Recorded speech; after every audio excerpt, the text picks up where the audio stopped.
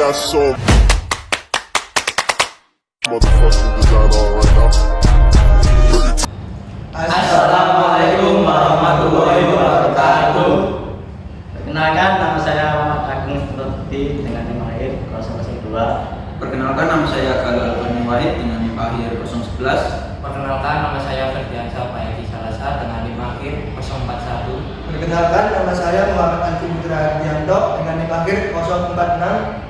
Perkenalkan, nama saya Yudhya Saputra dengan NIM akhir 032. Di sini kami akan mempresentasikan cara mengatasi banjir di Kota Surabaya.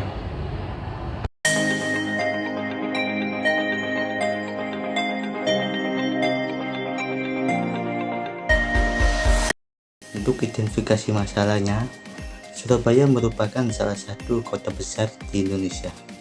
Surabaya sebagai metropolitan ditandai dengan menjadi pusat ekonomi, budaya, politik, dan sosial utama di wilayah tersebut.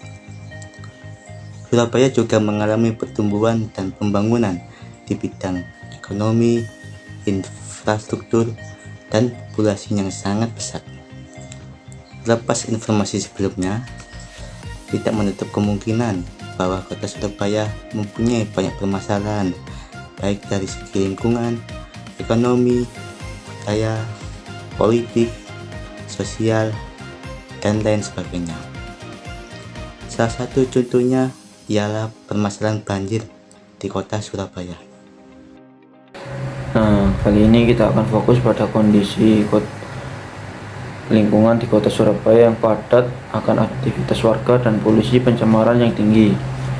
Padahal pemerintah kota Surabaya sendiri telah melakukan berbagai upaya untuk mengatasi dan meminimalisir permasalahan tersebut. Namun, menurut kami upaya itu sudah terlambat.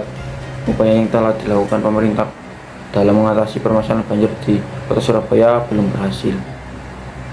Pada musim hujan, peningkatan intensitas curah hujan di Surabaya dapat menyebabkan terjadinya banjir, apalagi terutama di daerah yang padat penduduk. Yang dikarenakan saluran tidak dapat menampung atau menahan air hujan akibat perubahan ukuran saluran, tanggalnya saluran, dan kotoran dari sampah masyarakat yang sering tidak peduli akan lingkungan sekitar. Dan berbagai upaya telah dilakukan oleh pemerintah Surabaya itu untuk menanggulangi masalah banjir di kota Surabaya. Penyebab banjir merupakan fenomena yang sering terjadi di Surabaya. Banjir ini menimbulkan kekhawatiran masyarakat terhadap lingkungan sekitar, dan terjadinya banjir di kota Surabaya kemungkinan disebabkan oleh beberapa faktor.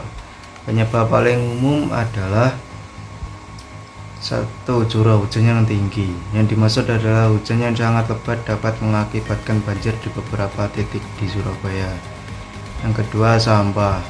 Sampah yang tidak dikelola dengan baik dapat menghalangi aliran air dan memperparah banjir. Syamsul menjelaskan bahwa di beberapa titik yang tergenang banjir di antaranya adalah Babat Jerawat sampai Benowo, kemudian Tanjung Sadari, Jalan Raja Wali, Jalan Gresik, dan lain-lain. Yang bahwa salah satu penyebabnya adalah adanya sampah yang menghalangi aliran air. Yang ketiga, kurangnya saluran dan pompa.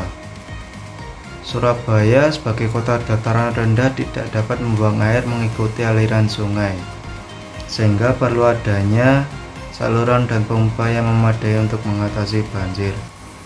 Yang keempat, kurangnya infrastruktur drainase. Surabaya mengalami permasalahan banjir sejak periode kolonial. Hal ini terjadi karena meningkatnya air laut, eksploitasi hutan, demografi yang tidak stabil, dan penimbunan wilayah resapan air. Selanjutnya, kurangnya perawatan jalan. Beberapa ruas di jalan Surabaya mengalami banjir usai diguyur hujan deras disertai angin kencang, seperti contohnya Jalan Sono Kembang, Jalan Ngagel Madya, dan Jalan Ketintang. Kurangnya perawatan lingkungan. Yang dimaksud adalah banjir di Surabaya juga disebabkan oleh kurangnya perawatan lingkungan seperti penimbunan wilayah resapan air yang dapat mengakibatkan banjir. Transformasi pembangunan drainase terhadap penanggulangan masalah banjir.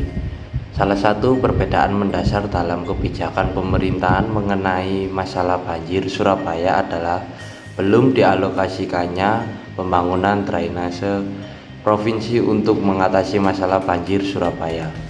Sebelumnya, pemerintah telah membangun proyek gorong-gorong di kawasan tersebut untuk mengatasi masalah tersebut.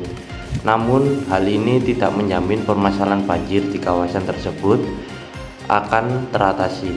Bahkan proyek ini bisa menimbulkan permasalahan baru. Maklum, pembangunan proyek ini mendapat tantangan dari warga sekitar dan kemungkinan besar akan terdampak musim hujan mendatang.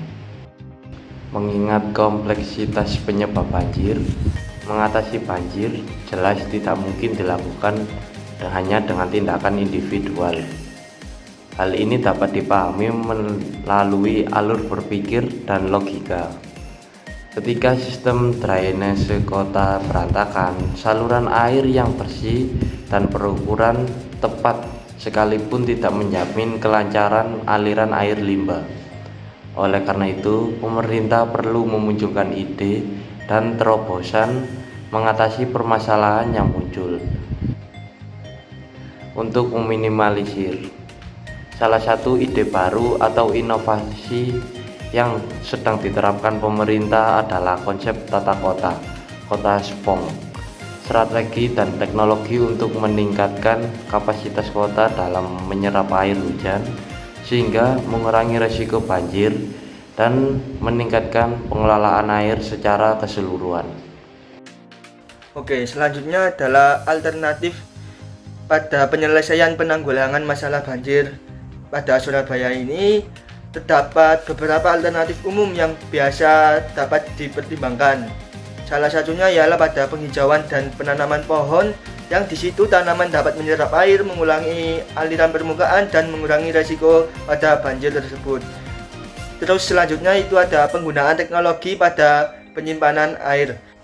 Nah, di sini dapat menerapkan teknologi seperti bak retensi atau waduk penampungan air hujan untuk menampung air hujan yang berlebihan. Ini dapat membantu untuk mengurangi tekanan pada sistem drainase sepanjang periode hujan lebat. Setelah itu ada penyuluhan dan pengaturan bangunan, seperti membangun sistem penahan air di sekitar bangunan tersebut agar dapat mengurangi dampak banjir.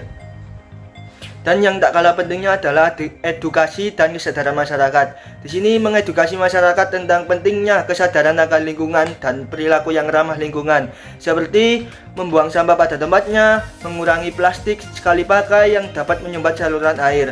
Jadi, selain kita membuat membangun infrastruktur yang baik, kita juga harus tetap mengedukasi masyarakat agar dapat benar-benar bisa mengurangi pencemaran banjir yang lebih baik. Jadi alternatif penyelesaian pada penanggulangan masalah banjir di kota Surabaya ini dilakukan melalui berbagai upaya yang lebih baik, dan masyarakat juga telah berpartisipasi dalam upaya penanggulangan masalah banjir tersebut. Salah satunya dengan cara mengumpulkan informasi dan melakukan kegiatan-kegiatan yang dapat membantu mengurangi dampak banjir. Dengan mengimplementasikan kombinasi-kombinasi dari strategi tersebut yang sudah dijelaskan tadi, dengan dukungan yang kuat dari pemerintah, lembaga non-pemerintah, dan masyarakat, akan membantu mengurangi risiko banjir di Surabaya dan dapat meningkatkan ketahanan kota terhadap bencana alam. Sekian presentasi dari kami. Sumber